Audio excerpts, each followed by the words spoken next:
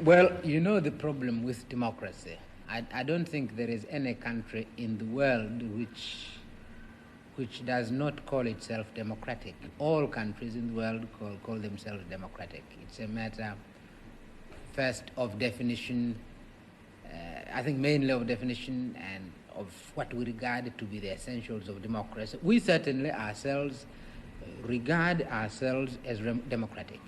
We understand why countries used to the multi-party system don't believe that a one-party system can be democratic, or are rather suspicious of the one-party system.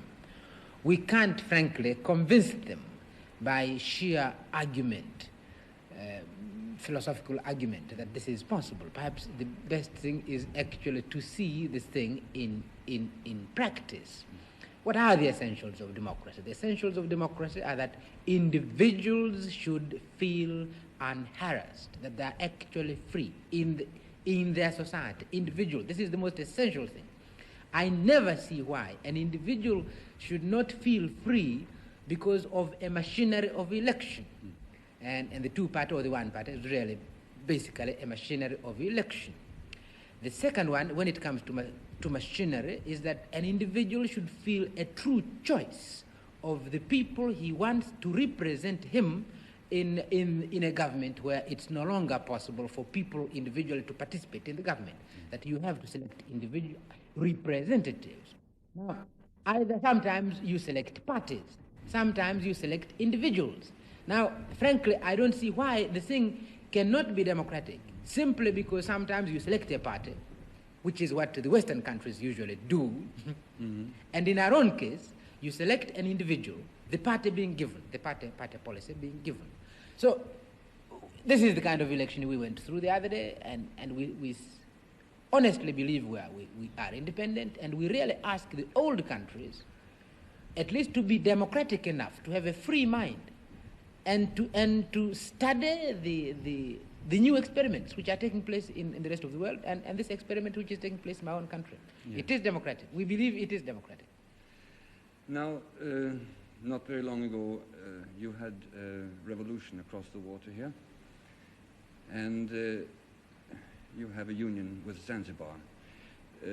Some people might want to know why a small population like that of Zanzibar is so heavily represented in your union parliament. Well, some people want to know, both outside. This question is asked not merely by non-Tanzanians. Sometimes it's asked by Tanzanians. But remember what has happened. What has happened is a merger between two countries. It's a merger between two countries. And when you are talking about countries, there is no big country and small country.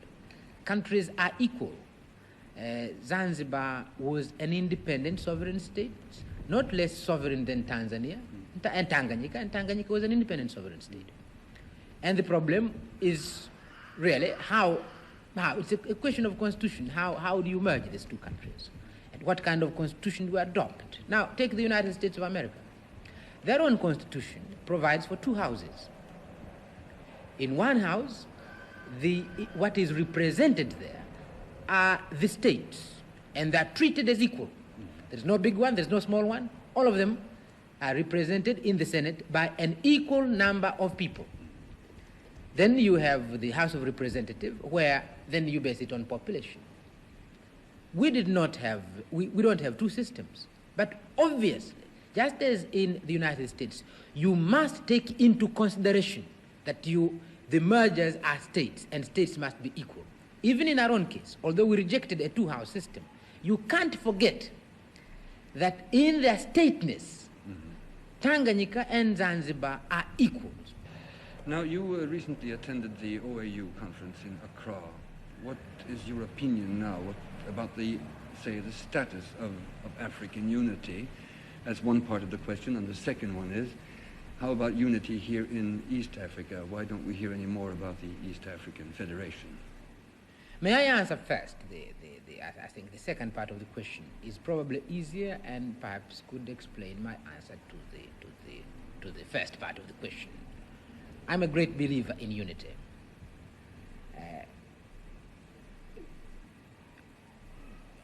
I believe in the old adage, unity is strength. I mean, this is truly, it is strength. And the human race would be much stronger if we were united. We would get rid of a lot of problems in the world if we could be united. And therefore, the human race must move towards unity.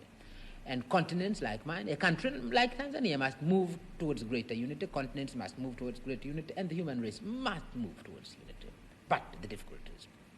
And the difficulties are not philosophical. The difficulties are merely political. It is one of those funny things in history that a state represents nothing. It's sometimes accident of history. But once it is there, it has more power sometimes than religion, than philosophy, than all sorts of things. And people become extremely, while they accept philosophically we must be united, once you have these lines on a map and you have created the thing you call the nation, it's a big problem. So Africa has, in a sense, missed the first opportunity, and this is the thing I said in East Africa, that in East Africa we should have become united before we became independent, before we became separate states. We should have done that. I did advocate that in 1960. I did even go as far as saying, realizing this, I went as far as saying Tanganyika must delay her independence, or ought to delay her independence, so that we all become united, and then we take our independence. Well, this did not happen.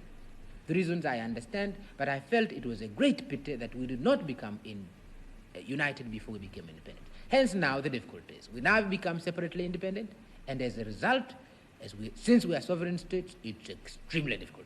And for the time being, quite frankly, we must forget the possibility of a political merger in East Africa. Things like economic cooperation, this we are maintaining with great difficulty, but I think we'll maintain. Now, this is true of Africa. If it is true on a small scale, like East Africa, where we have a common language, Swahili and English, common traditions of government, because all of us have been under British rule. We have common services. We have no railways. All railways are East Africans, and all East African railways, and all sorts of things, common currency, and all sorts of things running together. If this is difficult, obviously it's going to be much more difficult on the continental basis. And this is the context in which people must view the unity that is taking place in Africa, the movement towards unity in Africa. This is the way you've got to assess the importance of the OAU, not from the ideal of unity, but from the difficulties of moving towards there. And if you do accept this, then the organization of African unity is extremely significant, because here you are. I mean, it's the one continent where you find this. Young, feeling very much about their sovereignty, but still we meet, and we give and take. And there we are. So I'm very hopeful myself. I'm realistic enough to feel that our road to unity is going to be long, patient.